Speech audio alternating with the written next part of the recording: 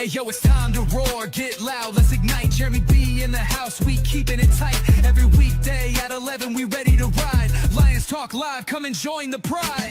Waking up early, it's that morning grind. Tune in to the show, leave the troubles behind. Jeremy B's the king, with the voice like thunder. Every word he spits, it's a lyrical wonder. Got the lions around, sharp and fierce. When we hear one pride, you can't help but feel your heart pierce. Talking all the topics, keep it real, keep it raw. With a lion's mentality, we're ready for the roar. One pride, it feels right. Jeremy B bringing the heat, morning light. Every weekday at 11, we taking flight. Lions Talk Alive, yeah, we ready to bite. One pride, hear us loud. Jeremy's in the zone, making us proud. This is a Huddle Sports Network broadcast. You can find us on Roku TV, Amazon Fire TV, Facebook, and of course YouTube. Get all your NFL news here first. Hey everybody, it is the NFL Roundtable Talks here on Kneecap Fighting with the Motor City Lions and the Huddle Sports Network. How's everybody doing tonight? Doing well. Doing awesome. Doing well. I sent the link to Jamie, but he was having connection issues last night too, so hopefully he makes it. Yeah, he was. But on top of that, James Cook got a deal today. 4 years, $48 million, and $30 million guaranteed. Makes him second highest other than McCaffrey now, right? Yes, I believe. So what do you think about it there, Ken?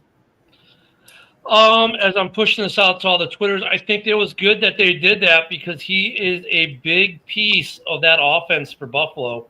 And of course, what it all came down to at the end, the holdup, was the same holdup they're having with Trey Hendrickson in Cincinnati, the guaranteed money. I'm happy they got to a place where they could agree on the guaranteed money, and that's going to help the Buffalo moving forward. Because I think this is Buffalo's year to, possibly represent the AFC in the Super Bowl.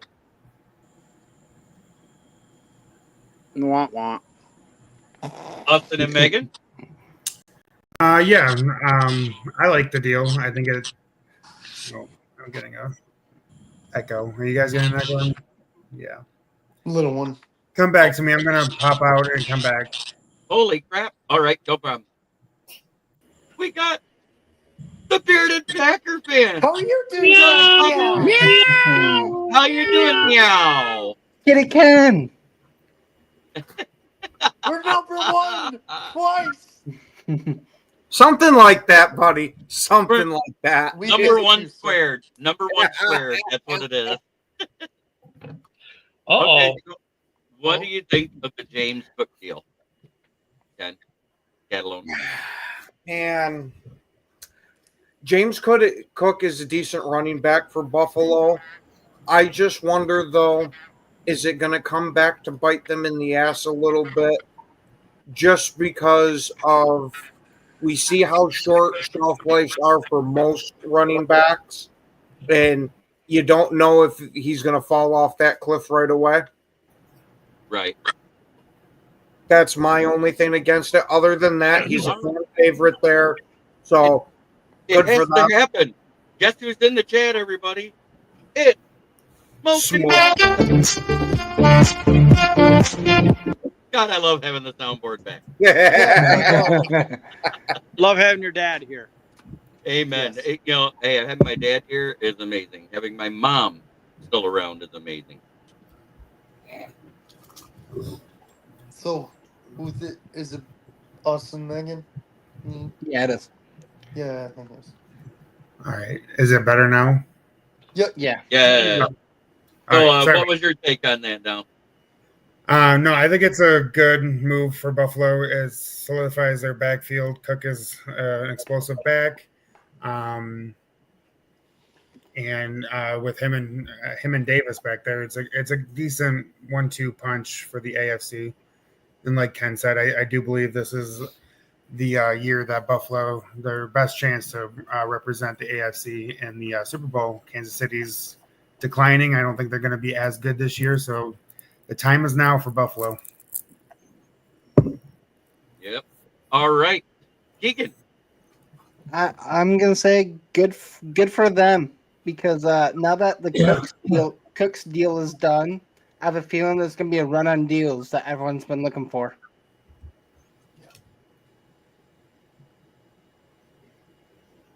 All right. Well, Man, the Bills have had a crazy, busy offseason. Josh Allen got a deal. He got married. Now he got recently James Cook. And Cook was awesome last year. He's a two-time Pro Bowler. And last year, he was on the field for 47.5% of the offensive snaps. He had 16 touchdowns last year, fifth in yards per rush at 4.9, and yards before contact per rush 3.1. So yes, it solidifies your backfield. Hey, go Pack, go. what's up, Vinny? Vinny. Blow pack blow. No, You know, kidding. no, We hey, don't need to hear what you want to do to them. hey, all I gotta say is you gotta say it like you're from Brooklyn and say, "Yo, Vinny, get the bat." Yo, Vinny. Hey, Vinny. Yeah, but I that's think you my just take. made the sauce in my blood curdle.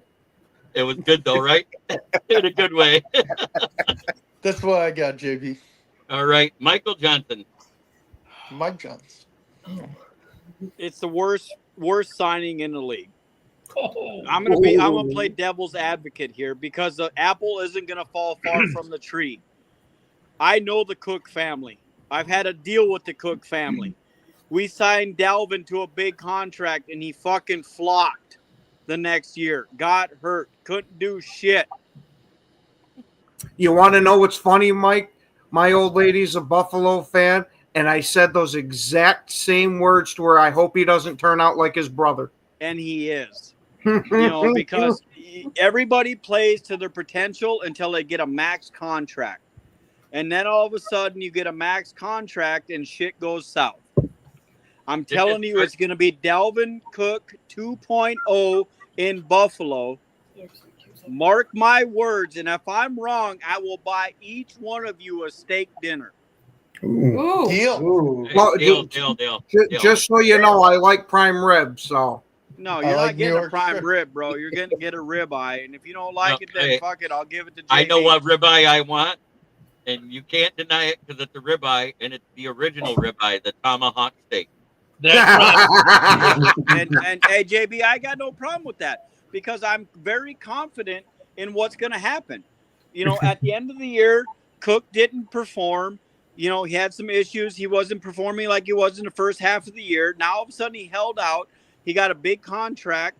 That contract's going to go to his head, and he's not going to do what they think he's going to do. I predict it right now. After this year, they're going to push him out, and they're going to trade him, and somebody's going to eat that big salary. Just same as they did with Dalvin Cook when he left. Does Or that mean if he happens to make the Pro Bowl, we get a side too? Yeah, big fan. we're all going to be, or at the end of the year when we do the wrap up, we'll all be eating tomahawk steaks on the show.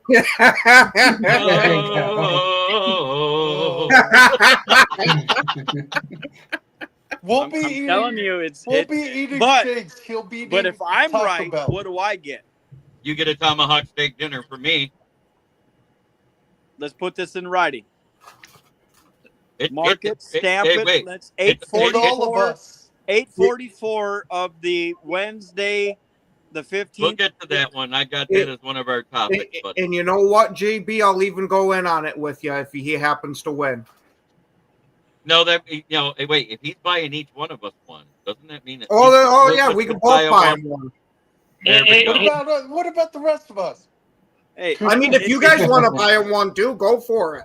guys, I'm good with it because I have an American Express Go, black go, card yes. that says I can buy each one of you a tomahawk steak at any time I want to. So let's do this. Go I heard Pack, that go. Chicago Police Department has hired Caleb for a special division. It's the fashion police. Hey, JB, we don't get this often, but can we talk about because we got a Dolphins fan in the house today? I know, Linda. Can we I talk actually, about the Dolphins? yeah.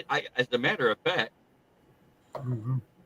I heard that today, for 2 hours, the Lions dominated the Dolphins so bad that Tua almost had another concussion on accident.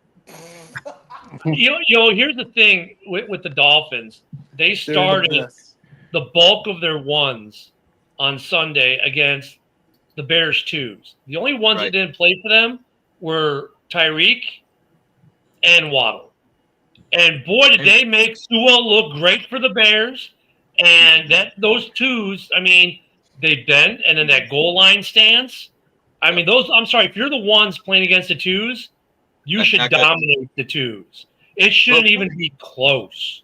Wait, does that not remind us of a certain game last year? Lions versus Chiefs Oh yeah. in the Mhm. preseason. The difference is the Chiefs was a Super Bowl team. I mean, but in that practice last week, the reports come out, the joint practice with the Bears and Dolphins were that the Bears ones completely throttled the Dolphins ones. And then you go to the preseason game, and the ones couldn't even, they struggled. I mean, Achan didn't look great against the twos. Tua didn't look great against the twos. Sewell looked great for the Bears. I mean, the Bears' defensive players looked good. But Wait for Stammer to catch up. hang on, Ken. The best We all thing, knew the that best Quinn thing for the Ewers- Dolphins, We all best- knew that Quinn Ewers was a horseshit draft. it wasn't yours throwing, it was Tua. It was the ones going. Now, the best thing that went on for the Dolphins last week was late in the game, and that was A.J. Henning. Had a nice punt return, had a couple nice receptions, some great touches on the ball. He was the bright spot for the Dolphins in the second half of that game. Oh, we have Jamie. Jamie, good to see you, brother. He did not get suspended for being a druggie. He got suspended for being fucking drunk. If you're gonna Yeah. make No, comments, make sure you make the right comments. No, it was was the DUI thing. It was operating under the influence, and it was marijuana. It was alcohol. No, it was alcohol. Somebody said it was marijuana. No, No, it was no, you- alcohol. He was drunk in his car, sleeping. He was drunk sleeping in his car on the on-ramp to LAX. Yeah, it was not fucking weed. It wasn't any other drugs. So, stop all the childish bullshit. The guy got a DUI. I heard it was Ritalin. And then, maybe Jordan, the brilliance that is Jordan Addison actually almost took it a step further. He originally requested, ready for this one, a jury trial for his DUI before he He would have got fucking hung. He would have got hung. Yeah. Oh, my mistake in cheese, a DUI, a different dumb But- decision. But back to the Dolphins, Well, you made a like- comment that he was a druggie. He's not a fucking druggie. He got I know. drunk and passed out. Oh, okay. So he's an alkie. Sorry. But JB, going back to the Dolphins, like what the hell is up with the Dolphins? 2 years ago, we're all like, this is a team that has a legitimate shot at winning the division. Last year, they kind of like the Bears. We watched the wheels fall off last year with a quickness. In Miami, we're watching the same thing, but like in slow motion. It feels like, Right. what the heck is going on with the Miami Dolphins? Are they going to be a 6-win team, a 2-win team, a 13-win team? They're just. I don't know. Hey, Ken, I will comment on this. I think that the Miami head coach will be the first head to roll this year. Can I? Oh, go ahead. I could see that. Yeah. Same Okay, here. well, I was gonna say I kind of want to hear Jamie's opinion on the whole Cook situation. yeah, that's what Because I he was is going a to Bill. do. If you let me run my show, that's where I was going to go. Because I always do that when I get a new guest. I go back to the old subject. Sorry. Jamie, Sorry, Do Jamie you know how to run a Cook, show? Almost like you've been doing it long Hey, enough. yeah, I know. James Cook gets re-signed 4 years, 40 million or 48 million, 30 million of it guaranteed. What are your thoughts? I think it was a fair market value. It wasn't like these old school running back contracts where someone on the Cowboys, Zeke Elliott, got 4 years, 90 million to 100 million. So at least 30 million is only going to go against the cap. So it's a fair contract, not a crippling contract, which I like about it. And I always rip on the fact that we don't pay the running backs anymore. I And you mean, did. we were, but we weren't. But that's because we were paying them too much. Now, like I said, we're we're paying them now, but we're actually resetting the market by paying them at actual, like what they're worth, not insane value, like good value for the running backs. That was a good question there, Go Pack Go, but I'm actually going to say I don't think the Lions are scared of anybody after last season. And I just don't. quick question for the Packers. Jordan Love, thumb surgery. Will he be starting week 1? Oh, absolutely. It's surgery on his non-throwing hand, and he's only out a week. Yeah. Okay.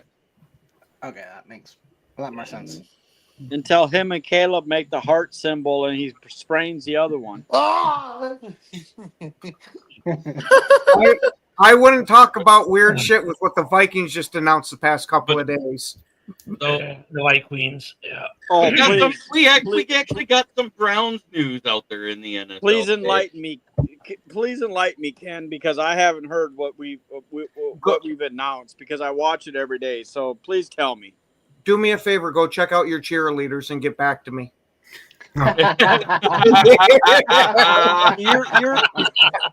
Minnesota is in the most liberal state in the whole fucking union. They had to be politically correct. So yeah, they're throwing in a couple sausages with a couple tacos. I mean, it is what it is. I don't think the Lions are sleeping on the Packers, and that's where you're wrong. Because the one thing that we've done that's never been done by a Lions head coach is take the whole frickin' division seriously every year. Man, it's a division game. No one in this division sleeps on anyone in this division.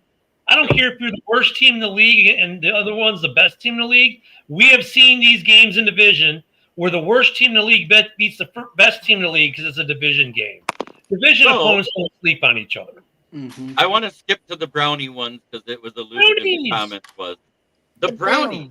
Dillon, Gabriel, and Kenny Pickett returned to practice and are probably the two quarterbacks that are going to play this Sunday because Shadookie Sanders pulled his oblique while yanking it off in the bathroom. He was probably wiping himself, Jeremy. He's like, I got to get... I don't know where that punchline went, Will, but okay. Right into the toilet and got flushed. But anyway, that was great, Jamie. Okay, It's Vogel. It's funny though because I said this last night on Roundtable, and I've said this before with the Browns. Like, don't sleep on the Brownies because like we all look at the schedule. Oh, the Browns, that's an easy win because who's the quarterback going to be? How many you're going to have? A 53-man roster of 52 quarterbacks and one really good defensive player, right? But their defense is legit scary. And if any one of these 6 guys they have in there as quarterback can just not go 3 and out every series and helps that defense just a smidgen, they don't need to put up many points to win games. You're going to see 6 to 9 ball games because they're not going to let the other team, and they're going to get field position where they can kick a field goal, and that's all they're going to need.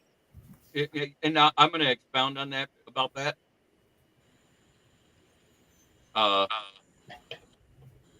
The offensive line, if you actually look at it, the Browns actually did address their offensive line a little bit this year. And with what happened in the West, you might say that the AFC North could end up with the better record overall than the AFC West because of the downfall of not having a good O-line in Oakland and now with the loss of Rashad Slater to the Chargers for the season. Yeah. My only thing with the Browns is I do not touch the receiving core whatsoever.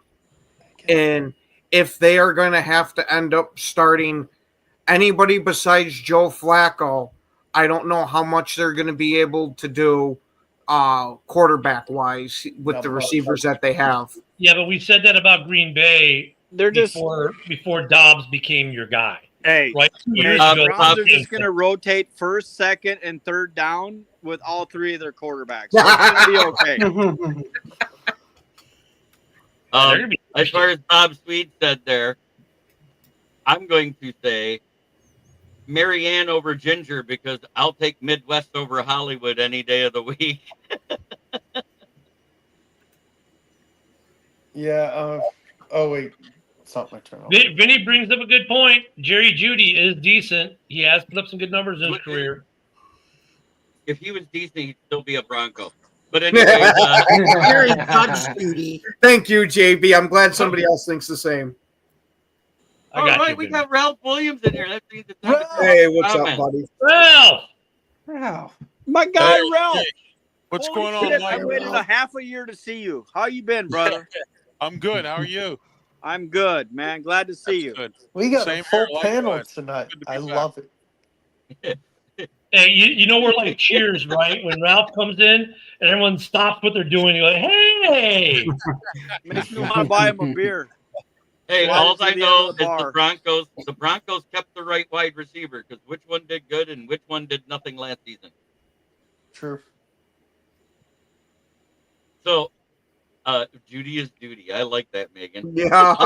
Duty is duty. That's a good one. And if Hey, wait, is this Houston is this was the still on the Seahawks. Seahawks? Yeah. is this the Megan from Australia that's a USC fan? Yes. It's been a while, Megan. Yeah, good to see you again. It's been a while. Let's do this. Let's do this right now. I gotta do this right. We missed Megan. So in the chat, it's coming at you, Megan. I just wanted to say, if Houston was still in the Browns, and we'd have Shadookie Sanders, we'd have Houston. We have a problem with James Houston, and we have James Duty or Jerry Duty Judy. Wow, Yeah, there you go. You I noticed that. You made absolutely no sense. But okay, so let's get Austin and Megan's take on that. For Dillon, Gabriel, and Kenny Pickett are probably playing because Shadookie Sanders pulled his oblique. I mean, There she is. Boom! We got a full crowd, people. look at that. So yeah, I don't know if Time out, fellas. Sorry, JB. Just to let you know, I have to duck out in a few minutes because my mum's coming over quickly, but I'm just going to throw something at her and get her to go. But hi, everyone. Hey there. We're talking about the brownies because Dillon, Gabriel, and Kenny Pickett. Come on, I can't be the only one that thought of the Judy is duty line. You know, that you were the first one. Oh yeah, for that one, absolutely. Ooh, that's a good come one. on. Like, I'm on 4 cups of coffee and no one thought of it. Hey, I don't give a shit what anybody says. I'm voting for whatever she says just because of her accent. well, Michael, you know she likes Caleb Williams, has a signed helmet from him too. Okay, I retract my previous statement. Yeah, I'm with you, Michael. Next Yep, to done you with can't Caleb. see it, but it's right next to the Lions one, so there's that. That Lions one would be You need that to get a Lions one would. Vikings helmet. Wait, would that Lions one be Amon-Ra St. Brown? No, but I wish. Who Oh, is it? Oh, it's one of your Lem Burney, I think. Lem Burney, is that his Len name? Barney? Lem Barney. Yes, that's him. Yes, it's him. Right That's next what that to is. hang on, let me take this off so I can show you. Go full. That's So- Amon-Ra. Oh, Raw. don't tease me. So that's Caleb. Hang on, let me see. Caleb, Lamb, the Seahawks, Ring of Honor, and Drake London.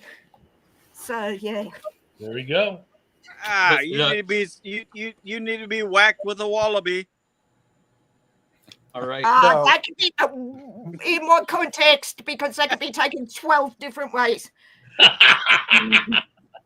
Well, just saying. they- And JB, I don't know if you did it intentionally, but when you had me near the Seahawks, so God bless you. You had me next to Blitz when you moved up. So That is so awesome that the NFL is stretched to so many different continents, and God bless you. You cheer for who you want to cheer. We love you for who you are, and it's a great day in the world.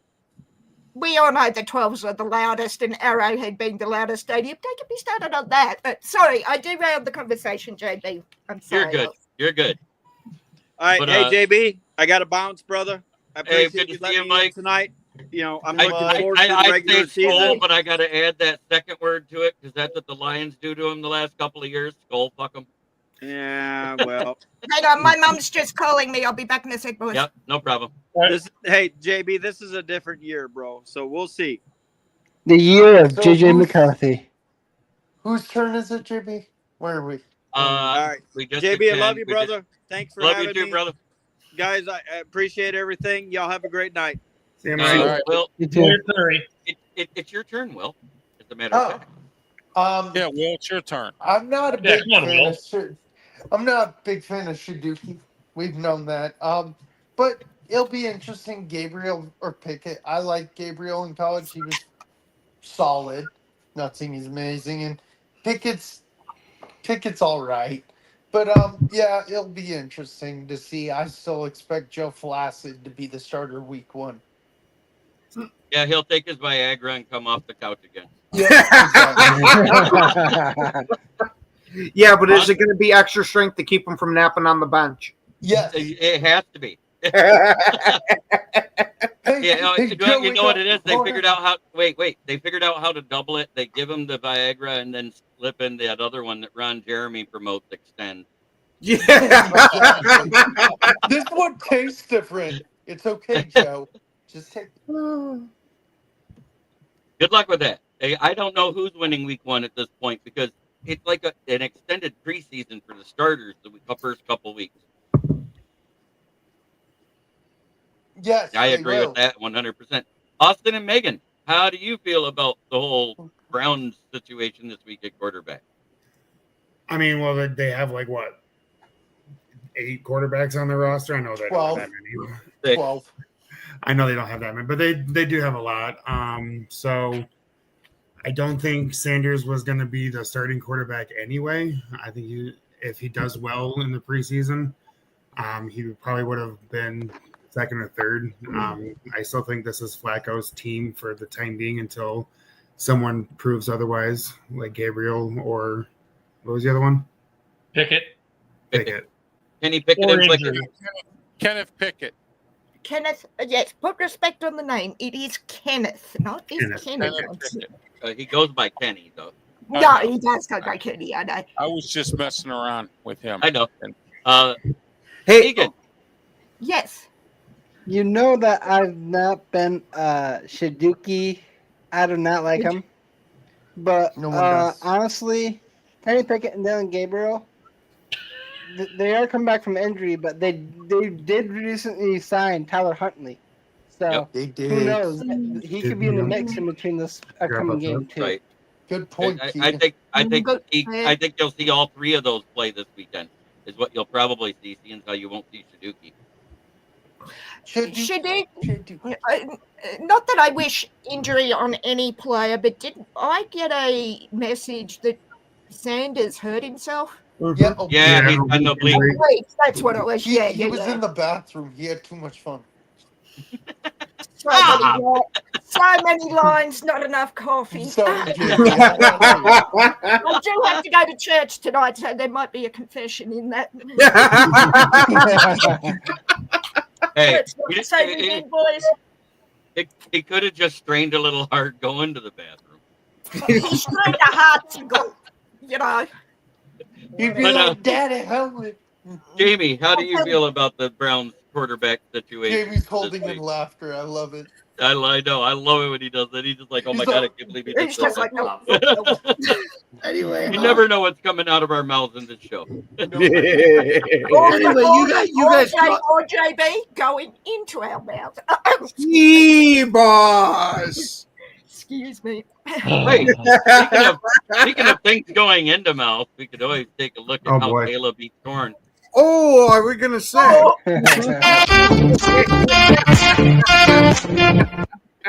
I didn't think it was that kind of show. I was. It's always that kind of show when Caleb shows up. Yeah, too much, too many lines. I'm not talking to. Great one. Go, Peck, go. Hey, JB, real quick, Yeah. just for you. Hey,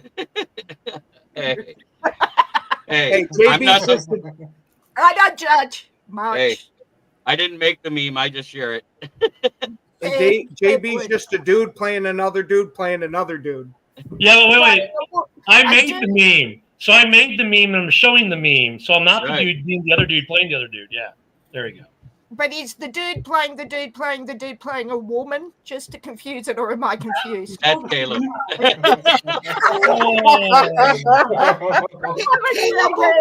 call him Caleb. We can call him Caleb Mulvaney. Lord, that's funny. Hey, just real quick. Train track, rails.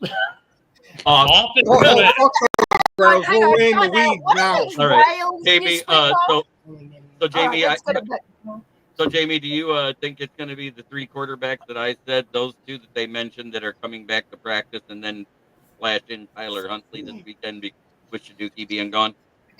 Yeah, you guys call him Shadookie. I call him Shadookie Sanders. Shadookie has the #1 hit. The only thing he got is his damn jersey retired for going 13-12. Oh, Well, it's he's amazing what having happens when your another daddy coaches the team. Everybody at the bar getting tipsy. Anyway. Okay, Ralph, how do you feel about that over there? Well, I would settle for Tyler Huntley because at least Tyler Huntley's won some games. Kenny Pickett, he stinks.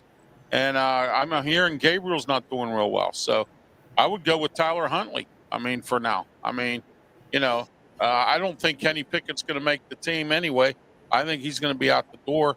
And Gabriel will probably go in the practice squad. I see him keeping Sanders and Tyler Huntley if they're smart. If the Cleveland Browns are smart, and that's a big if. Big No, the real question is if Boob Quinn is smart. Boob Quinn. Yeah, exactly. The Browns are technically kind of smart by default now because at least they didn't take any of their quarterbacks. Like I said, this time they waited till the 3rd and the 5th round to take their quarterbacks. They didn't go #1 with Tim Couch, 22 with Brady Quinn and Johnny Manziel, and then #1 with Baker. Even though Baker would have panned out, he still is #1, at least with Gabriel and Sanders. Well, they were smart and they said we're not gonna take a quarterback early. So after 45 times, you learn your lesson. No, but you know what though, Jamie's on point though, because look they look smart because Tupac Sanders, Shadookie, whatever you want to call them, coming into the draft weekend, everyone's saying the guy's going #2, the guy's going #2. The whole process. He's a top 10 pick. What did the Browns do? They trade out at #2. Everyone's like, oh my freaking Lord, they're not going to get Sanders? Oh, they're not going to get Sanders. I can't believe they're passing up on a franchise quarterback. That was the reaction. They got the haul, and then what do? They get him in the 5th round. So if he's a bust, hey, we kind of fear he's a bust. That's why we waited till the 5th round. If he turns out to be the franchise, not only did they get their franchise quarterback in the 5th round, they got a huge haul for that #2 pick. Either way, Cleveland comes out this. The only thing that sucks about that is they wouldn't have the 5th-year option with them. Yeah. I remember watching it with the 12s, thinking exactly that, Ken. What they've passed. Then we were taking bets that he'd go undrafted. Sanders would go undrafted was what we were all saying. Then he goes in the That's in the what we 5th thought to on JB's, I think. Right, JB? Hey, I said at a draft show in Pittsburgh, and I said, oh, Shador Sanders, Steelers are going to get him because he kept passing every team going up. Then when he passed the Steelers, I went, oh, this is going to be interesting, Yeah, we were on the 12th because I stay up 3 days straight. I was hallucinating, like, Sanders hasn't gone. Is this because I have not slept in 3 days? And then, Browns take him, and it's like, I see the logic in waiting for the 5th, but when you hear he's going 1, 2, 10, then drops. He turned off a lot of people in the pre-draft workouts and stuff. I was one of them. Said, do you know who my dad is? And then also where he was like, oh God, I forgot. All the rumors he was uncoachable and his dad was going to be his agent and all that other good stuff. But at the end of the day, now that the story's been written, the Browns aren't going to look great if he pans out, because either way they look I good. don't think he is. Can I ask Ted, you a question this on might that? be a weird comparison, though, right?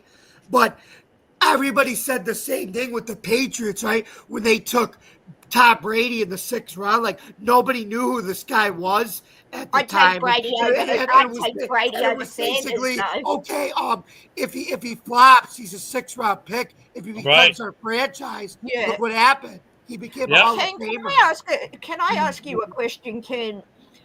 When Sanders was dropping, like as far as he did, and like, you know, we heard, oh, Dion's going to be, you know, his agent and whatever, and he's uncoachable. How long do you think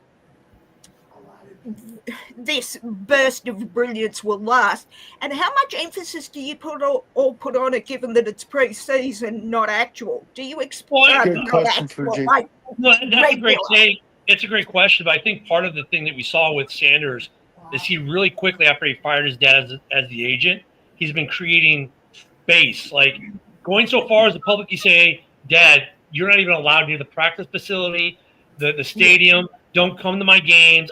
I don't want to." He's basically made his dad persona non grata, right? Yeah. And so that's a step in the right direction. I think that there's always some level of talent there, right? But the overhype machine was overhyped. So the fact that he went to them in the 5th and he's got some skills, he is a very good athlete, and that he's created the separation from his dad. I don't expect him to like tear the cover off the wall or be a world beater, but if he can be in this organization this year and take a step forward next year, maybe he becomes a starter and progresses and becomes that franchise, they are going to look very, very smart in the way they approached this draft and Sanders. And Sanders doesn't look very good as far as repairing that reputation by making his dad basically persona non grata. Don't even talk to me. I'm not going to go back for the jerseys, you know, for you to retire my number. Stay away. Stay as far away from me as you possibly can. I think that's good in terms of the coaching. And I haven't heard Stefanski say anything bad about him. And that's So the other. sorry to cut you off, Ken. No, do you're you good. think if he hadn't made the break from Dion, He wouldn't have like, got you know, drafted. there was He all would've the Never hype would and have all the gotten crap? drafted. He Never. would have gotten He would've gone drafted undrafted? because Dion is so in like, look at the No. issues that they're having with Dion's other kid now in Tampa. Like Dion's other boy is in Tampa, and he made some bombastic crap about the contract that for him in Tampa, and he's already ruffling Tampa the wrong way. It's like, and how often have you ever seen in the history of the NFL where a guy's college coach / dad is also their agent? That's what I'm saying. Do you think if I would Shador, agree. if you think my question, that's a good point. But do you think if Shador didn't make the break and, as you said, made dad persona non grata, good on him for doing that? I take He'd back be in the too much. CFL. Yeah, that's what I'm saying. Would we even be talking about him in an He'd NFL be in the context? CFL. He'd be And playing in technically, he still may end up in the CFL if that was correct, right? With the agreement with the CFL and NFL, isn't Shador? I think the Argonauts own the rights to be able to poach him from Cleveland because he was the first quarterback drafted. Oh yes, I heard about that. So Yeah, technically, he could still end up in the CFL if he does well enough. In the Argonauts, I think they're the ones who have it, right? And they say we want him. Cleveland's going to have to be like, well, and there you go, yeah. have We're him. gonna let it go. Okay. Yeah. Candy. So Sorry, the JJ. whole Sanders thing from top to bottom is, I swear, you couldn't write a better drama show than this. Agreed. Hollywood would be like, yeah, right. This is no. Sorry, JB. I just wanted to ask someone other That than was great. That was what great. we've been talking about, because we've been shit talking him since the draft. You did not hear me say that. What's up, Keeg? I'm gonna add on something though. That's the thing though. We're talking about Shador, Right. but in that same draft, they drafted Dillon Gabriel before Sanders. I'd So that's a happily real talk about question. Gabriel. I love Gabriel. He didn't fire his dad. I think they took Shador because he was sitting there. and they probably didn't even want Shador, but being that he was there, they took him. The Browns. That's my thought process. And when they drafted Gabriel, Shador still had his dad as his agent. Yeah, exactly. Oh, good point, Ken. Yeah, I didn't think of it like that. Yes, good point. Good I'll point. say, and us, they drafted Gabriel. Yep. And then what happens? What happens? We saw Sanders play great for one game. We have not heard anything from Dillon Gabriel. What if Gabriel wins the job out of Sanders? Well, Gabriel I would not be upset if Gabriel got it over Sanders myself. Yeah, the initial camp reports on Gabriel, I don't think Ralph, correct me if I'm wrong, they weren't that bad, weren't they? And then didn't he have like a small injury? He's got some kind of injury, yeah. Yeah. Yeah. From what I heard, they were just kind of middling reports. Yeah, that's what I was hearing too, which made me wonder if push came to shove with Gabriel over Sanders. I know which way I would go. But you know what's great for Cleveland? All this talk about their quarterback situation takes all the focus off that defense, which is going to be just redonkulously good. They are going to be just killing people. And when that offense does, all that offense needs to do is not go 3 and out every drive. Because that defense is going to give them short fields where if they can get 15 yards, they can kick a field goal or 2 or 3, and that may win them a lot of games. I mean, so I know Stefanski's got to be sick of hearing it, that some people in the media, honestly, are probably sick of covering it. But it's a great smokescreen, too, because no one's talking about how good that defense is or what the rest of the improvements they've made on the O-line, how, really all this team needs to do is not go 3 and out. They're basically like another team that's in the same boat, the Tennessee Titans. All they need is their offense not to throw pick sixes, not go 3 and out, because remember, they were the number 1 defense through 8 weeks last year. That's another team. All Cam needs to do there is Cam Ward needs to go, if he can get 10, 15 yards per series, not go 3 and out every series, and he's going to get some short fields, and they're going to get some field goals or opportunistic defensive scores. Same thing in Cleveland. Those offenses, in both cases, they can 0-6 bear it. They can be like the 0-6 Bears in a lot of ways, because the 0-6 Bears were not prolific on offense.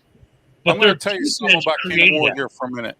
Cam Ward's going to be running for his life because he's got on the offensive line at left tackle, he has Dan Moore, former Steeler. And get this, in Pittsburgh, he was open door Moore. And they gave him $80 million contract. All right, they're going to eat that. He's going to be running all over the place, Cam Ward. But as long as he doesn't go 3 and out, but as long as Cam Ward can run away and not go 3 and out every series or throw pick sixes, that's what they need. And that's the same recipe they're probably going to use in Cleveland, with whichever 3 of the 6 or 2 of the 6 they keep on the roster. That's all they're looking for. All right. So our next topic. The Bears are playing their starters on Sunday versus the Bills. Yep. Good luck. Sorry, Ken. Good luck. Go. I mean, look, I don't expect no sorry. I don't expect. The only thing I'm looking for, I don't care about how many balls Caleb puts to DJ or Cole Kmet. That's not what I'm watching. I'm watching one thing and one thing only in the Bears offense. Starting how offense. many balls goes to his chin? I'm really watching. Oh, hush, but fair. I'm watching one thing and one thing only, and that's the offensive line pre-snap. Are they? Because last week against the Dolphins at joint practice, the issue was they were having a lot of pre-snap issues that were creating penalties. I'm watching this O-line to make sure for the pre-snap to make sure hey, they're not doing the pre-snap penalties. They're starting to come together and the protection. The rest of the stuff, as far as like how many balls Rome gets or DJ gets, or how great Caleb looks or doesn't look, I'm not caring about this week. It's all about the trenches on both sides for the Bears. I want to see how that O-line is pre-snap, and then how they are in protection, and I want to see how that the front 4 in Chicago with now Deo being the other edge and Grady Jarrett in the mix.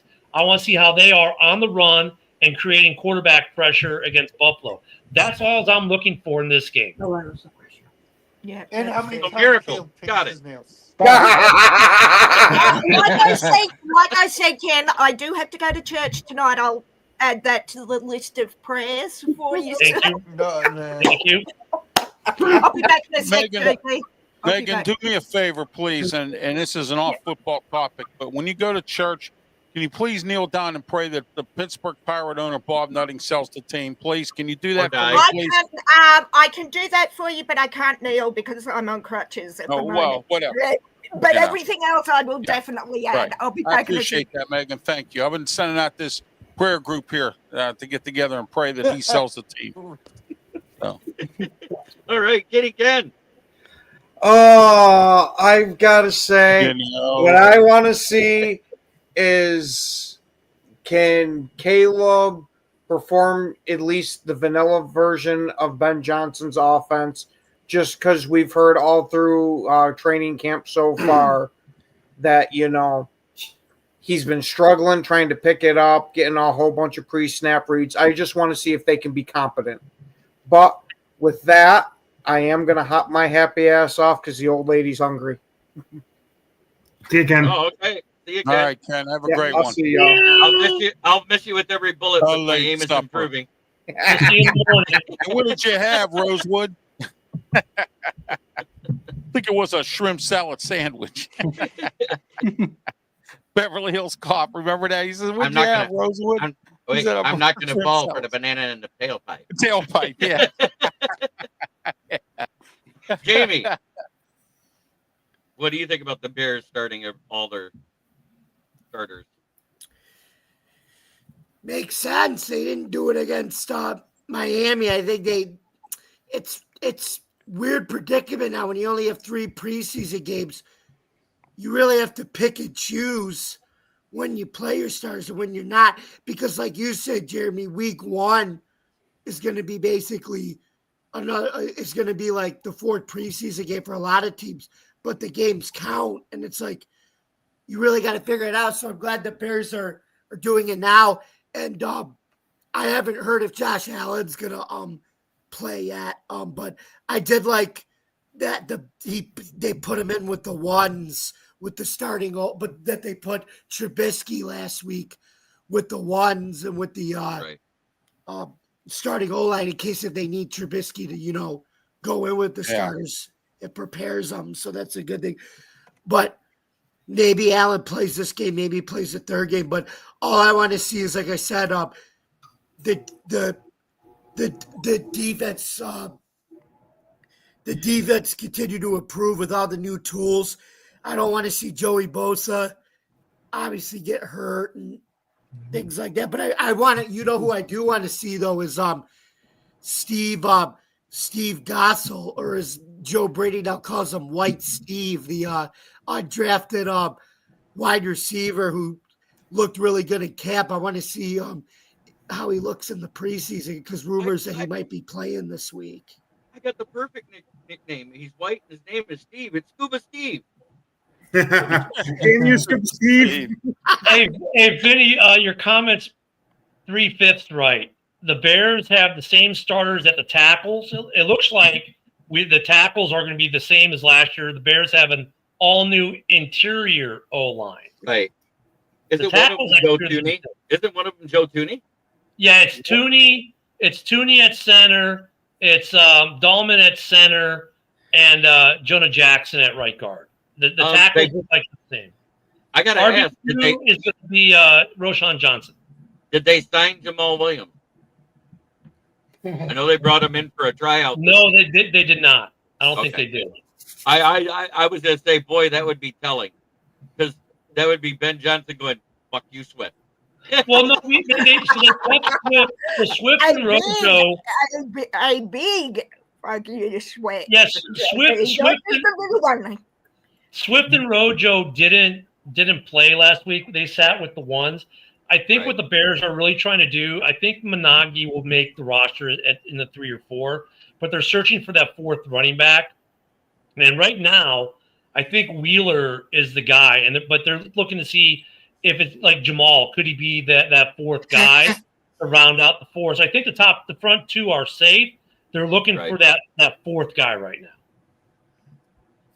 Tight end Where one is for it? the Bears. It's Both either Komet. it's Komet technically, but it's gonna be Komet and Loveland. I think they're gonna split a lot of stuff. Yep. Okay, Keegan, what do you think about the Bears starting their starter? Good for them. I just hope to see the Mitch Trubisky of the old. Oh, like he used to play against the Lions versus the Bears? Yep. I'm sorry, did I miss and blink? Did I blink and miss that? What now? No, when I'm Mitch kidding. when Mitch Trubisky was When on Mitch his rookie Trubisky was contract. good? Yeah, when he was on his rookie contract the first few years Oh, sorry, I blanked versus that. Detroit, he looked more like Peyton Manning than Mitch Trubisky. I was going to say Eli, but I wouldn't insult Eli that way. But that's just Eli never looked like that versus the Lions. Peyton did. Eli wishes he looked like that. But Austin and Megan, what do you think about them playing their starters? I think it's interesting in preseason. There's sorry. another Megan. Yeah. Sorry.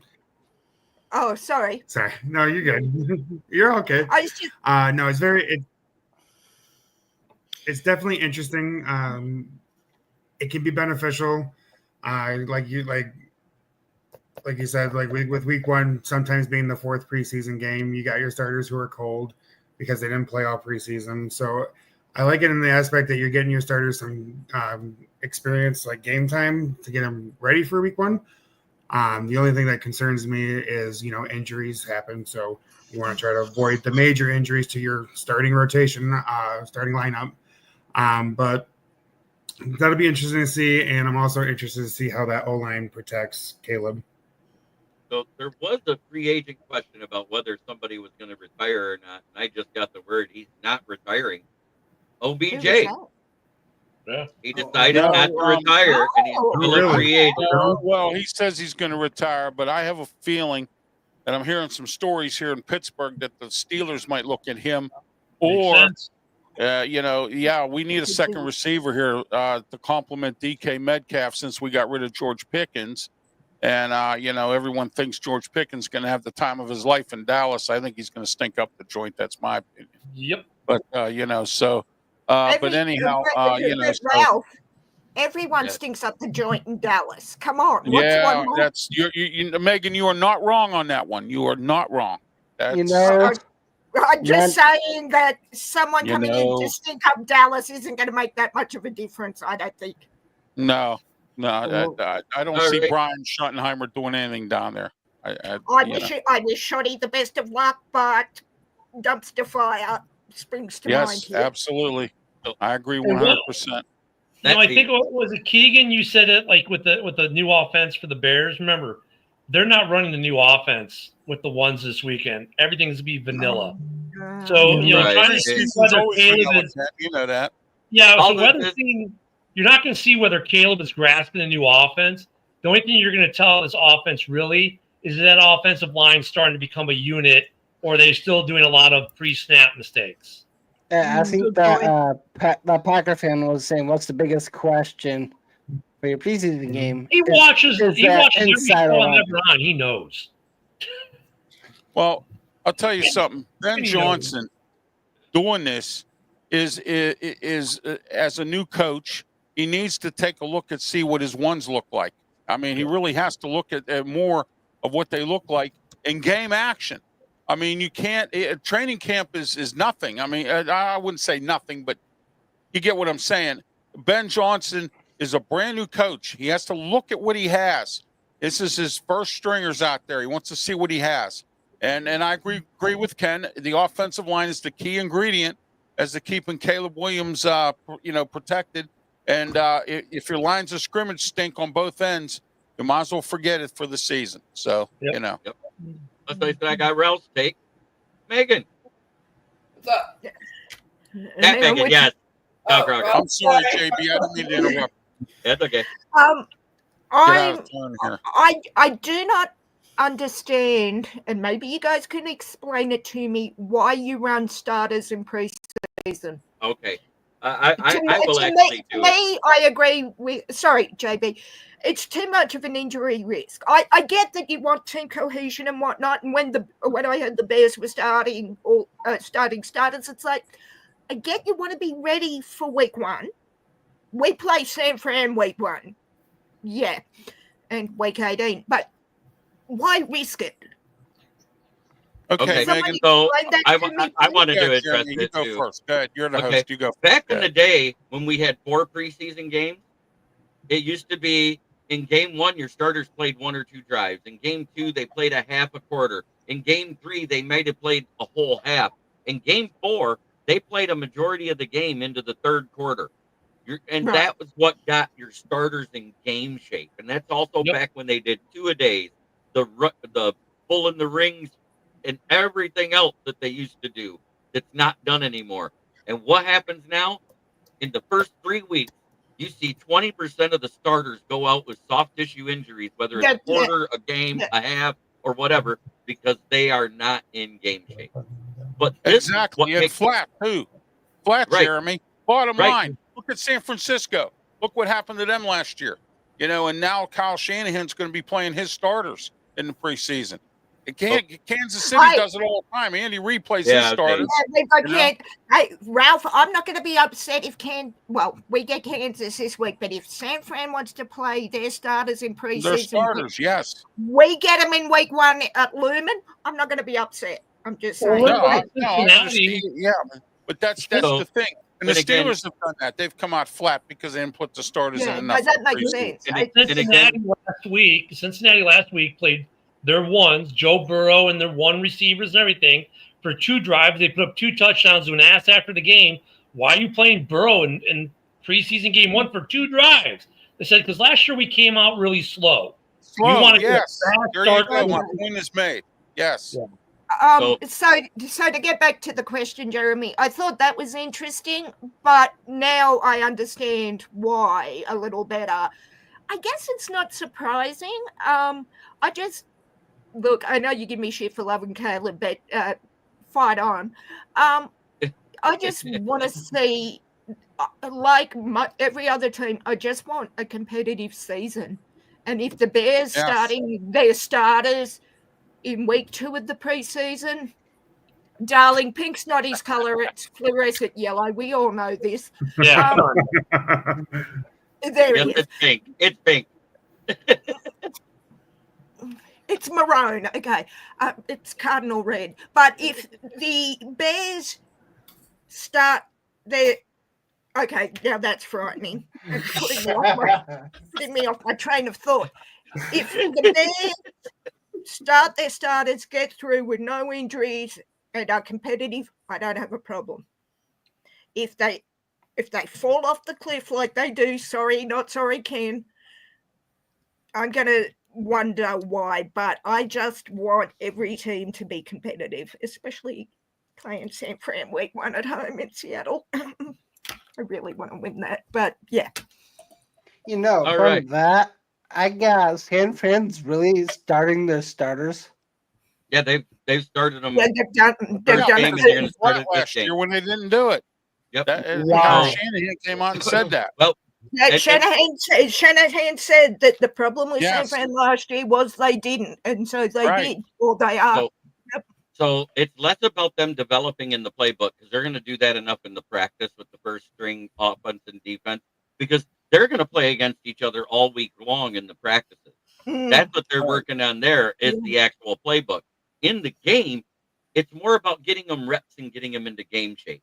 It is less about getting them hitting somebody else, Jeremy, other than themselves. You see, yeah. Good point. Is that why they have the joint? Sorry, Jeremy. Is that why they have the joint practices with? I think I can't remember who's ours. Well, Bears have the scrimmages and things. Is that why they? Right, like the Bears have joint practices with the Bills this week, right? And joint practices are great because you can judge your talent against a defense that doesn't see your offense do the same play 50 times a practice, right? Yes. There still are too many controls. Even with a joint practice, there are so many controls. You can't hit the quarterback. You can't do this. But that's the thing about the preseason. You can hit the damn quarterback. You can smack the guy. You got to wear the mushroom head. Look at different talent, though. They get to look at different people, not the same people they look at. Yeah, right. I'm with it now. Because I wanted, as good as they are in the script. I had friends in Seattle at the scrimmage. Like, seeing that live would be impressive. But to me, it was like, okay, they're practicing. Okay, it's training camp. Why? And I take your point. I take your point about training camp not being, well, it being real, but not in real game situations and whatnot. Right. Well, the other thing about joint practice or camp versus playing in a preseason game, you're in a stadium with a crowd. It's even just the atmosphere is different. So you can't replicate that atmosphere at Hallis Hall or whatever the name of the practice facility for the Bills is, or you know, anything. Yeah, you just can't replicate that on the practice field. So you get your guys in the stadium in that environment. There are no controls on hitting the quarterback or hitting the wide receiver when he catches. It's as close to an actual regular season game as you're going to get, while still figuring out if you've got it. So I applaud that the teams are playing their starters, whether it's the Bears, the Packers, the Lions, whoever it is. I mean, when Cincinnati did it last week, I was like, dude, Cincinnati's offense is probably going to be off the rails this year because they're not going to start slow. They're going to hit that ground running. They're going to hit it running. They need to with that defense they have. They need to put up 40 points. So I think that's the biggest mistake that we've made in the NFL since getting rid of the two-a-days and all the stuff that JB mentioned is that we also stopped playing the starters in camp because the whole idea of injury, I bet if JB pulled the numbers, he'll find that the injuries are worse now than they were before when we had 4 preseason games and the starters played.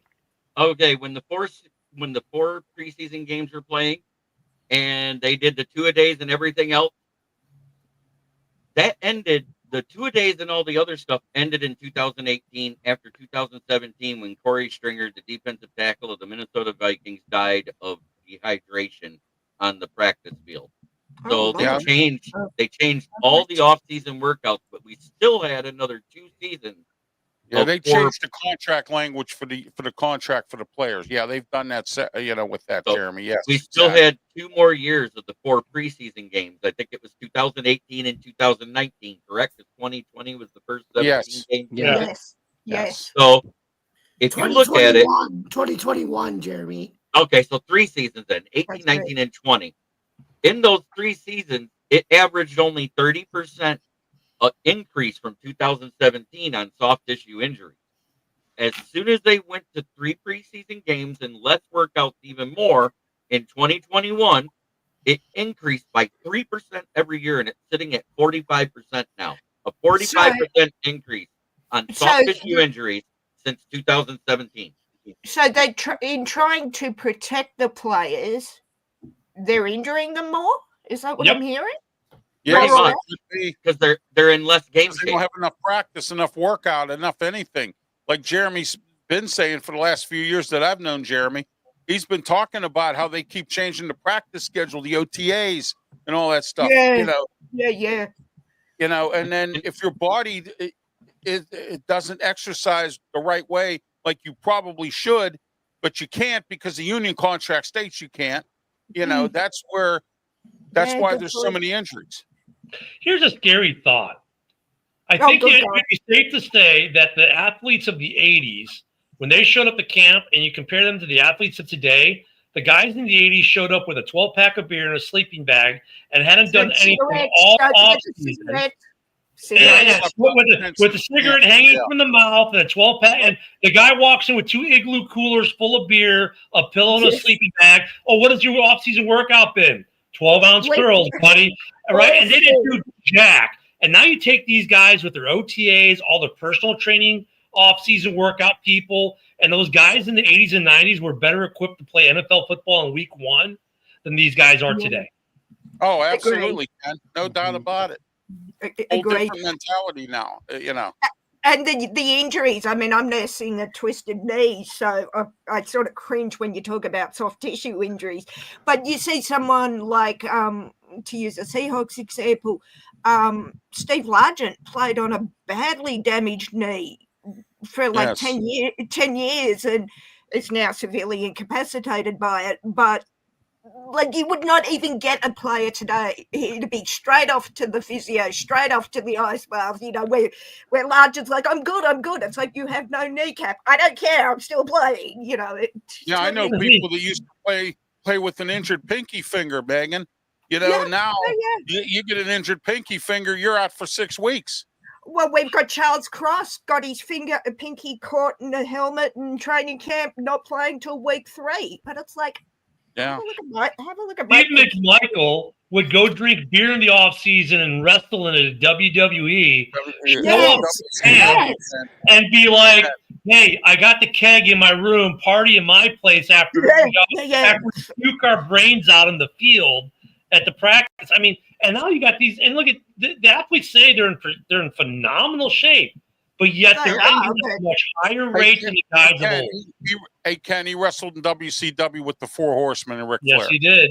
Yeah, yeah. You said WWE. I remember I was watching a video because it's the Seahawks' 50th year, and in the early years, I think it was 76 to 79, the coach wouldn't let them have water on the field, like in the middle of summer. Jim Mora, I think, was it Jim Mora? Old school, baby. Playoff?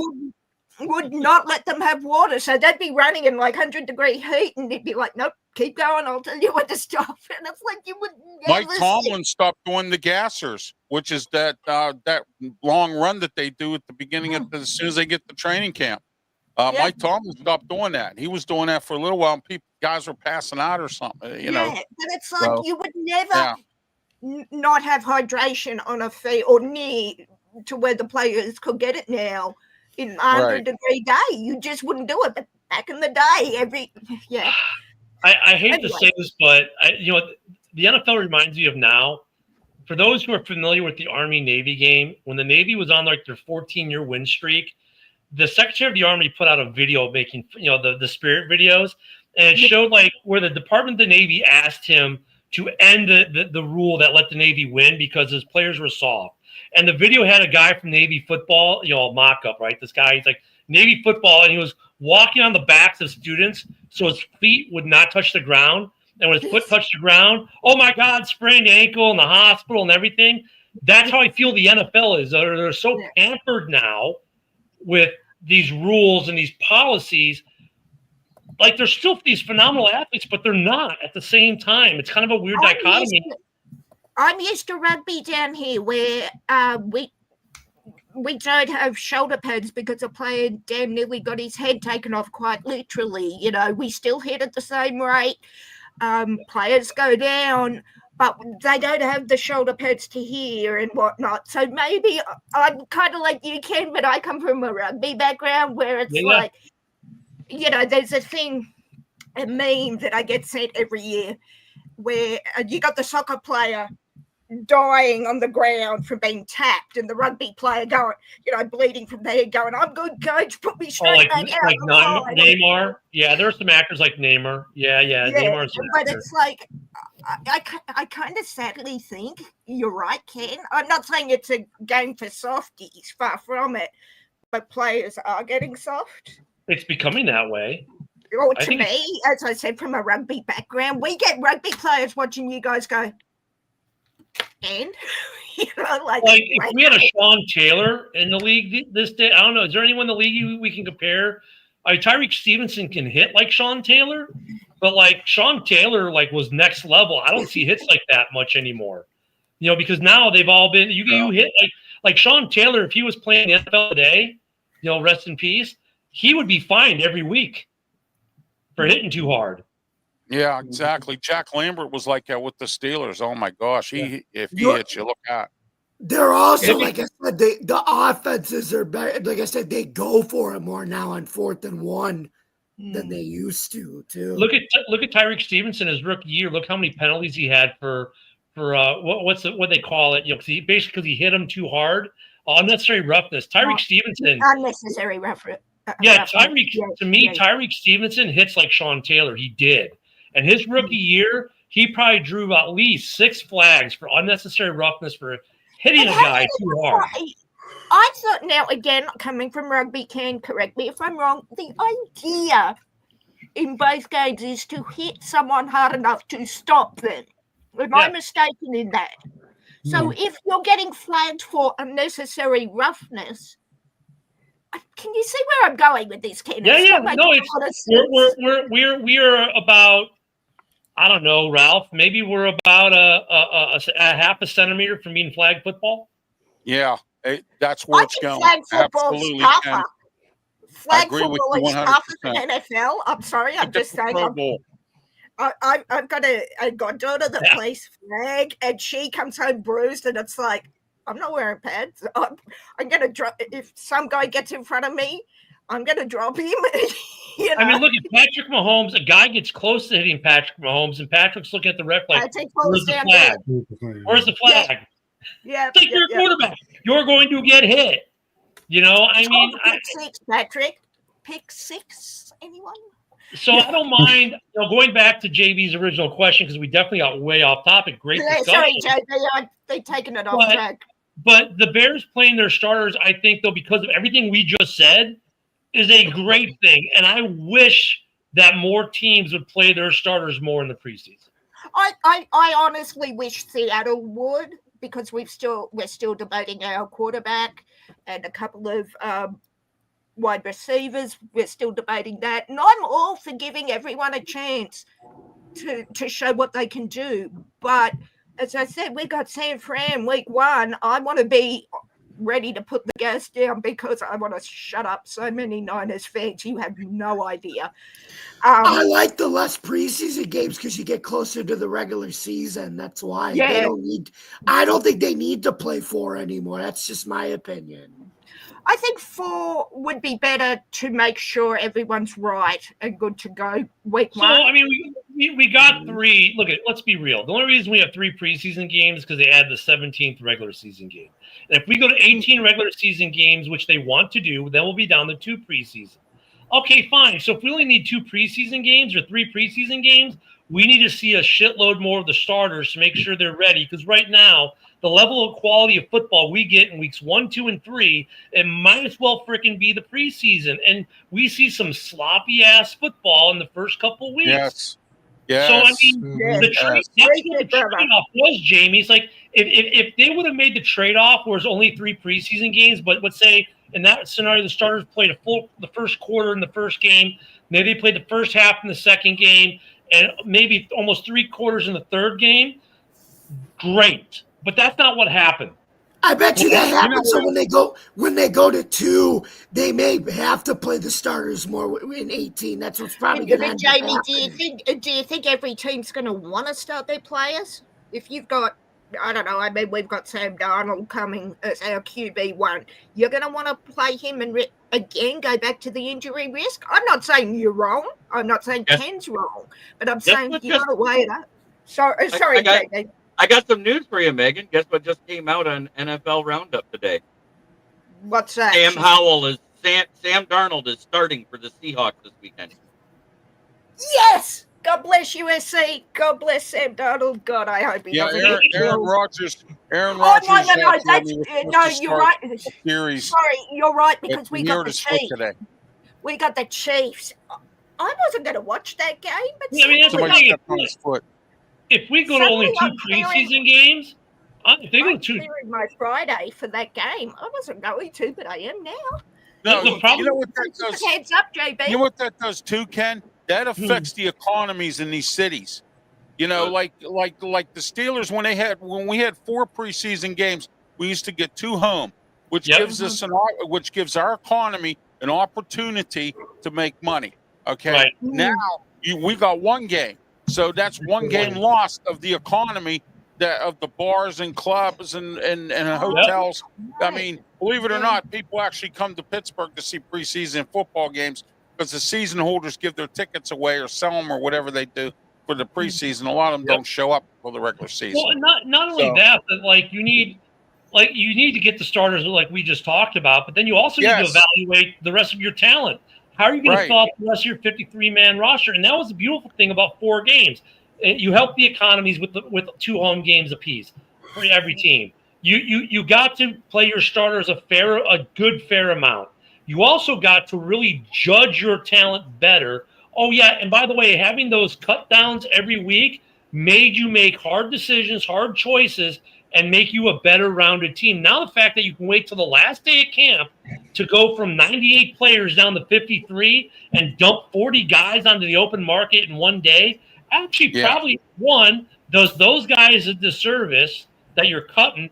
Two, does your team a disservice because now throughout the entire camp, these 40-some guys have been stealing reps from the guys who are going to make the squad. So When I is think cut we down need day? to work.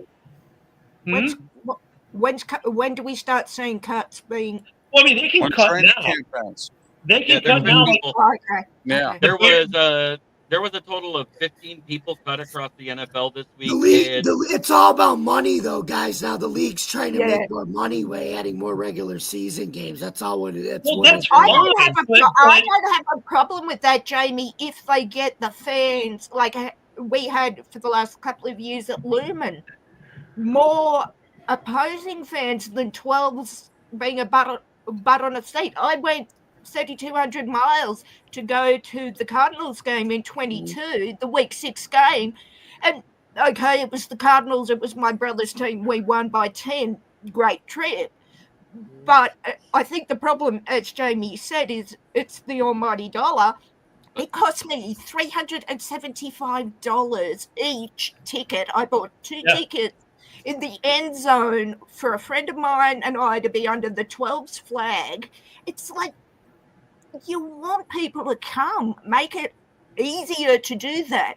And if you want your season ticket holders to be there, give them quality. They're not going to pay however much. I don't know what it is for a season ticket. They could go to 18 regular season games and still do 4 preseason games. And that now look, the problem is the NFLPA says, "Oh, that's too much wear and tear." How's it wear and tear when the starters aren't playing in the preseason? I'd like an answer to that, Ken, from the NFL. I really would. Like, how did they justify and that? the problem is, like, the almighty dollar tour. Now we give you 18 regular season games, which, yes, is more money for the NFL in ad revenue and TV revenue. But the fans, when they're coming out every year in week 1 or 2, and they're like, I don't even know if I'm bother watching or even going because it's just another preseason game because the game is going to be so sloppy. Why are you happy putting out a substandard product the first couple weeks of the season? Like, yeah, that's another thing too. That's another debate there, Ken. But I'll tell you, it also gives opportunity for people who can't get to a regular season game because tickets are sold out. An opportunity to see the team in preseason too. Yeah. All right. I want to hit on that, Ralph, because when we see the schedule release, they're setting up these storylines so that these games they want these games to be sold out, and especially when they're America's Game of the Week or Thursday night primetime game. Those storylines that go into those games is going to create them more money no matter what. It's my favorite Lions fan with his famous line coming in. Gun guy, take your pants off. Oh, I saw that. Well, for me, to give you some perspective on how much I love this team, for me to watch a 10 a.m. game in Seattle, I am up at 4 a.m. Now, I do not mind that if the team is winning, but if they're playing substandard football like they did 3 years ago, I'm at the point where I love my Hawks, get up at 4 o'clock and watch them get smashed. So you're talking about the last year that you guys had Russell Wilson. Yeah. That you're 20, 21, 22. It's like, what's the point? When now, and even with this Chiefs game, I'm still like, am I going to watch? Although Sam Darnold is swinging it that I'm clearing tomorrow to watch. It's like, I mean, all my friends in Seattle are moaning they're up at 10 o'clock up by 9 o'clock on a Sunday. Since I am a Lions beat writer again, writing for the South Florida Tribune under the Motor City Tribune head, and we know we're playing, and they're out of Deerfield Park, which is actually near Miami. So I'm covering both papers with one item. Oh, nice. The Lions versus Dolphins. The Lions versus Dolphins joint practice today. The Lions actually dominated for 2 straight hours over the first string offense. Not surprised. Not surprised. Not surprised. And that's why I said before, what the hell is going on with Miami? Right. But JB, with all due respect, it's the Dolphins. Are we bragging? I think you Wait, should no, be. I'm not bragging. I'm stating You're this came stating right off. facts. Yeah, I'm stating something factual. Like Yeah. they said it was 35-3 after that 2 hours and the way Man, they scored it. What is up with Miami? They are it's just mind-boggling in 2 short years how fast they fell. How they've fallen, yeah. I They used still to got a love lot of talent. But Yes. granted, Tariq Hill is still not practicing in any of the team events yet, so he wasn't on the field. No, okay. But their But entire still. secondary was there, and I guess Jamison Williams had 2 touchdowns and one where he burned Diffie and goes, "That's why I'm on the team and you're not," and that started a brawl. We're going to find out, Megan. JB, surely not fisticuffs, mayhem, shenanigans, and tomfoolery. I'm there. Yes. Megan, we're going to find out what Sam Darnold does. His offensive coordinator is Clint Kubiak. Yes, he is. Oh, and Clint Kubiak's not a bad offensive coordinator. And So let's see what happens. okay, I grant you that 23-all is not a win. It's not a loss. And I'm loving Clint Q. I was, Ralph, I was like, oh, okay, great. And then, okay, it's only preseason and I don't usually hold much stock. But I'm kind Yeah, of... and you know what else, too? Mike McDonald's assistant head coach is Leslie Frazier. Yes. So, you know. And So I there want you to go. duly noted, gentlemen, that Mike McDonald looks like my dorky younger brother.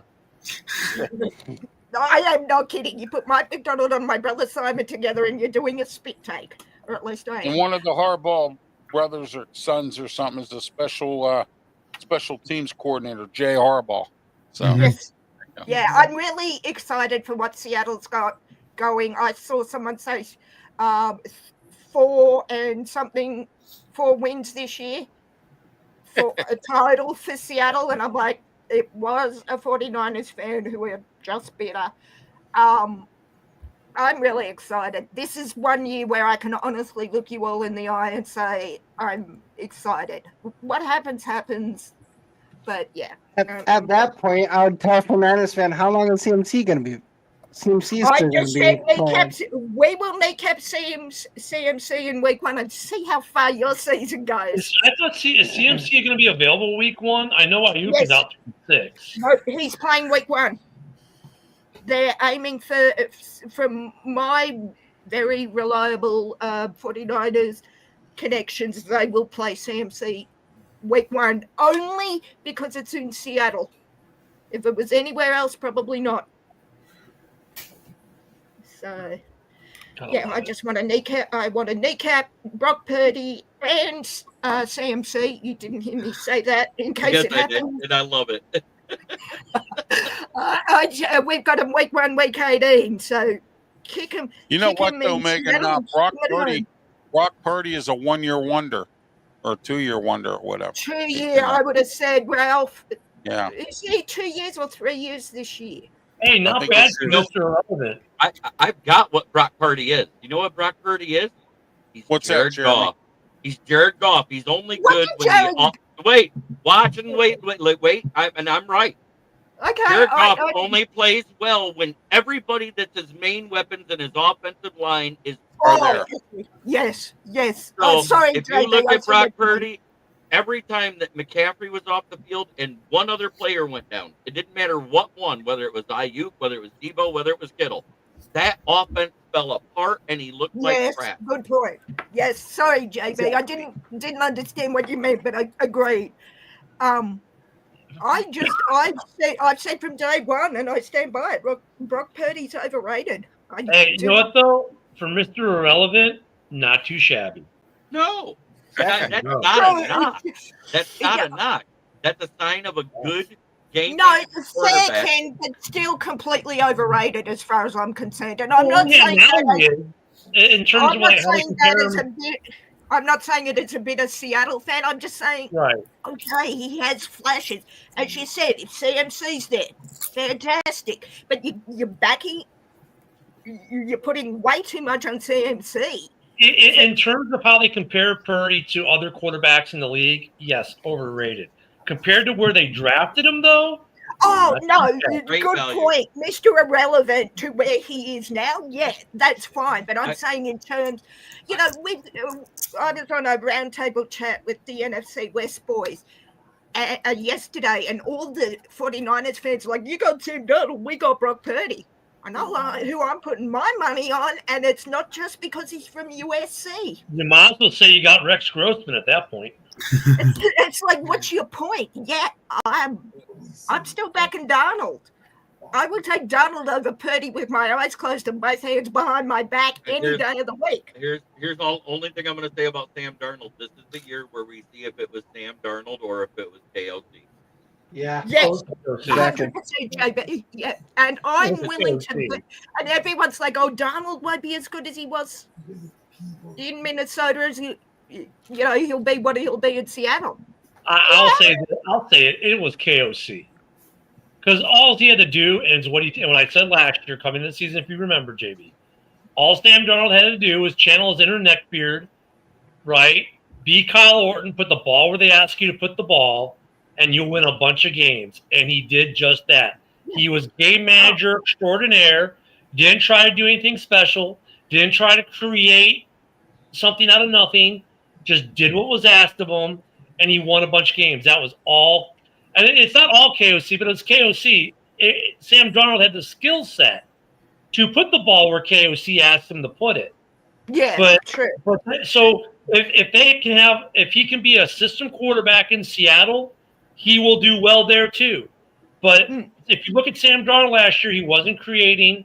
He didn't make something out of nothing. He just did what they told him. And if he can do that in Seattle, he'll be successful there as well. He's got skill. He can put the ball where you need him to. But do you think Mike McDonald will bring that out of Sam? I think. All they have to do is it's going to come down to the offensive design and the play calling. And if they have good design, good play calling, and the receivers are where they're supposed to be, when the ball, because Sam Darnold will put the ball where it's supposed to be on time. If the receivers are where they're supposed to be, they'll do well. If they're out of sorts, if he has to all of a sudden create something out of nothing, they will be out of sorts. Yeah, he's not good at threading the needle, Ken. That's the bottom line right there. Yeah. He's not good But at if you tell him put the ball at the 30 on the right hash, he'll put the ball at the 30 on the right hash on the time when you tell him to be there. But if you tell him, hey, thread the needle between three defenders on a zip, nope. You know what? If Brock Purdy goes down with San Francisco, their backup's Mac Jones. Their backup's Mac Jones. And I'm refraining from saying what I think. I'm going to add on to the whole Sam Darnold stuff. Well, we saw how Sam Darnold was before KOC and the Vikings. He was not that great. Years. Well, but there's another piece, so not to just KOC. There's another piece of just, okay, it wasn't the coaching the system as well. That's part of it. The other part of it was in Minnesota, for the first time in his professional career, they got behind him. Yes. And that's bringing my second. That's bringing me. I'm saying, before that, could you compare Sam Darnold and JJ McCarthy? No, because when he was in New York, he was supposed to be the savior. The pressure was different. And I think now Sam Darnold in Minnesota, the pressure wasn't there. JJ McCarthy probably has more pressure this year than Darnold did last year, but the pressure's not like it was when Darnold was in his first year starting in New York, where he was expected to be the savior of the New York football Jets. And then when he went to Carolina, the same thing. It was kind of like this, you're the savior. They just didn't know how to use you with the Jets. And then he goes to Minnesota, and it's like, dude, we just believe in you. We know you've got the skill set to do what we need you to do. Just go do it. We got you. And it was the mentality shift that really turned it around for him in conjunction with the offense and the coaching that KOC has. So now if they still believe in him like that and say that to him in Seattle and say, hey, look, you don't need to be Superman. You don't need to be the savior. You just need win to a game. Just win a game and do what you want. Do what you're He'll be good. Do you now? And don't forget, Sam Darnold's not our long-term QB. Everyone keeps saying it. He is. He's not. I don't know who our long-term QB sure as hell isn't Drew Lock. And He could be. His backup down there in Seattle is How Drew do you Lock. figure they can? Because we've got Jalen Milrow, who is I gotta get going, guys. Yeah, Jalen Great Milroy. to see, Hey, great Jamie, to see go you, ahead. Jamie. Take care. Before you go ahead and tell everybody where they can get a hold of you, sir. You guys can find me, yours truly, at Bill's Chat 1 at Bill's Mafia Chat, and also at Jamie Malloy, the unbiased journalist at DJ Dog Tags on X, theforkball.com, and stadiumrant.com, where I write about all sports. You can also catch me on Driving to the Top Productions, starting the Tuesday, on Tuesday, August 26th. At 8 o'clock p.m., Joe Dillon and I will be starting the season 3 premiere of the Buffalo Sports Conversation Room. You can catch us on YouTube, Twitch, Facebook for that, and X, and then you can catch us at 9 o'clock p.m. on those same platforms for Open Sports Mike. We did an episode last night where we talked about the AFC East, and we did our predictions for that. And then, as always, you can catch me and the Huddle crew here on Huddle Sports Network. We started at 9:30 tonight, but normally it's 9 o'clock p.m. You can catch us there on Roku, Fire Stick, Roku, Fire Stick TV, YouTube, Facebook, X, wherever you get your podcasts there. Thank you guys for listening. Don't forget to subscribe to all of our platforms. Like, comment, and ring the bell for notifications. I'm Jamie Malloy, and this has been another episode of NFL Roundtable Talks here on the Huddle Sports Network. See you next week, folks. Have a good one, Jamie. Take care, Jamie. Good to see you back. Nice meeting you. Hey, Megan, to answer your question really quick. And I have to go too, Jeremy. So All right, I have Ralph, to go as well. shout Take care, yourself Ralph. out. All Take right, care, Ralph. Ralph Williams, RW Media. We're on YouTube, Facebook, Twitch, Twitter, X, and we're also on the Huddle Sports Network as well. And also, I have 2 radio shows on Saturday, but the one is the most important here, and that's 2 to 3 p.m. on 1250 a.m. The Answer up in Pittsburgh, 92.5 on the FM dial, and 1250 The Answer, PGH.com. Ralph Williams, Smoking Jim Frazier, Claudia Rosano, Luther Dupree, every Saturday, 2 to 3 p.m. Sports Corner radio show.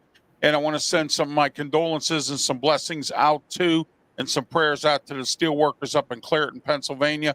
I've been past that mill many times in my times up in Pittsburgh.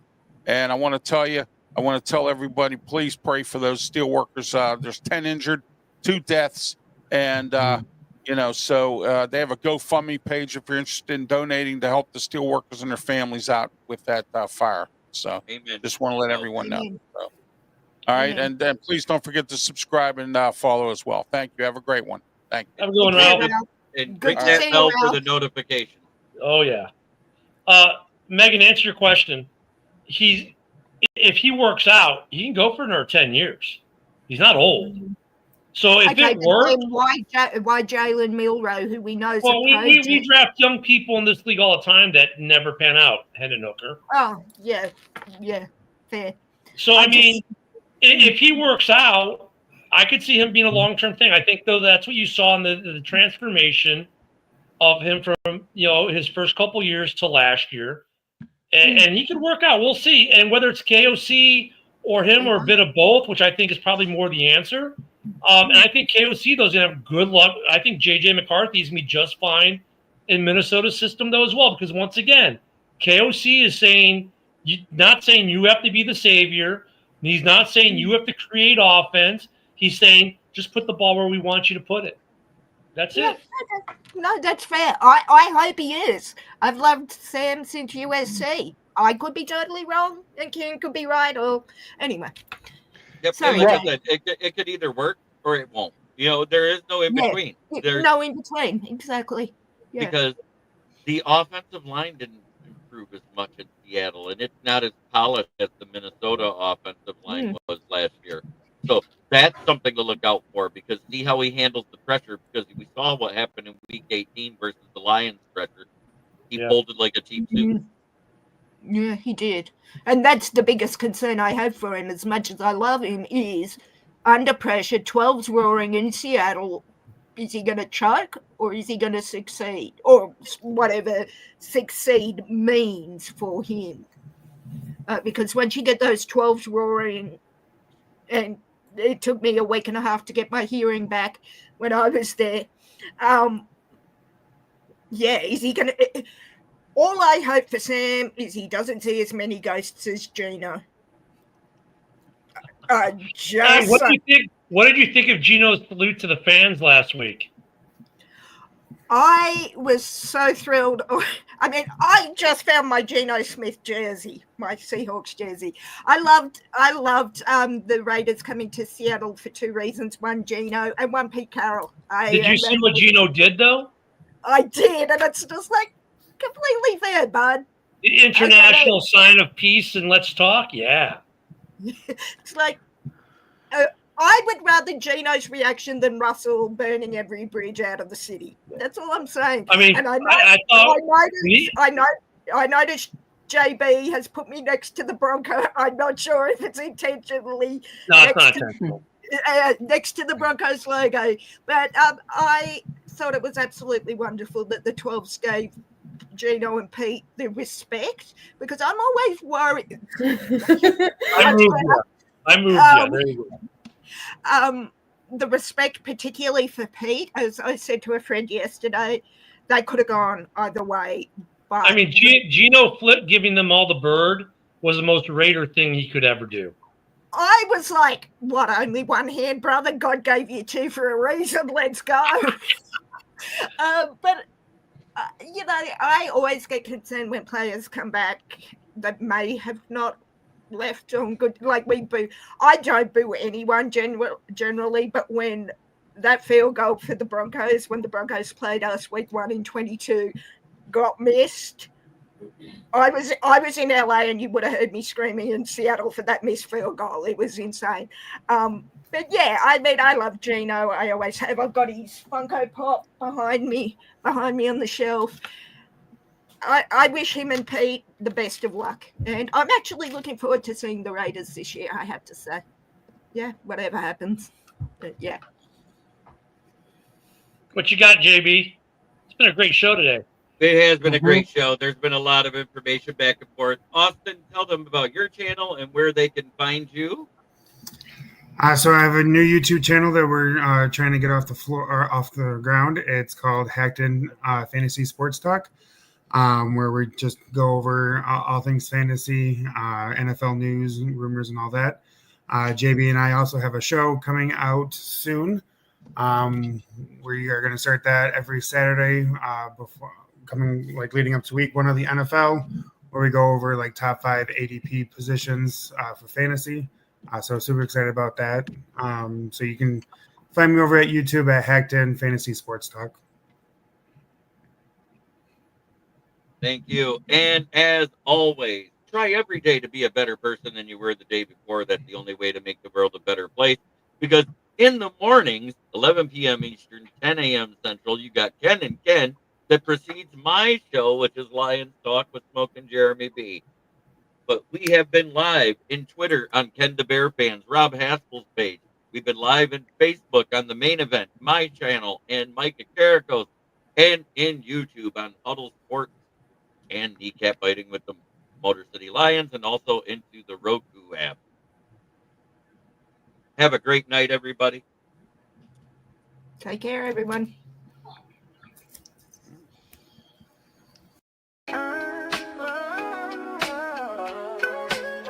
Yeah, yo, it's game time, ain't no messing around. Huddle Sports Network, the best in town. From NFL rumors to the latest trends, we got all your sports, just tune in, my friends. Catch us on Roku, Fire Stick, take your pick. Facebook, YouTube, where the action's slick. Daily shows that drop like a bomb. From 10 to 11, it's Ken and Ken, stay calm. Huddle up, catch the vibe, feel the rush. Get your news, get your fills in the clutch. Over 27 podcasts, we breaking it down. Join the team, Huddle Sports, wear the crown. Live every weekday, it's how we roll. Lions Talk with Jeremy B, we taking a stroll. From 11 to 12, don't miss a beat. We break down the game, make the info sweet. The Daily Huddle Podcast, noon to 1. CST Zone, we're just having fun. Toss your doubts, we bring the facts. Tune into the Huddle.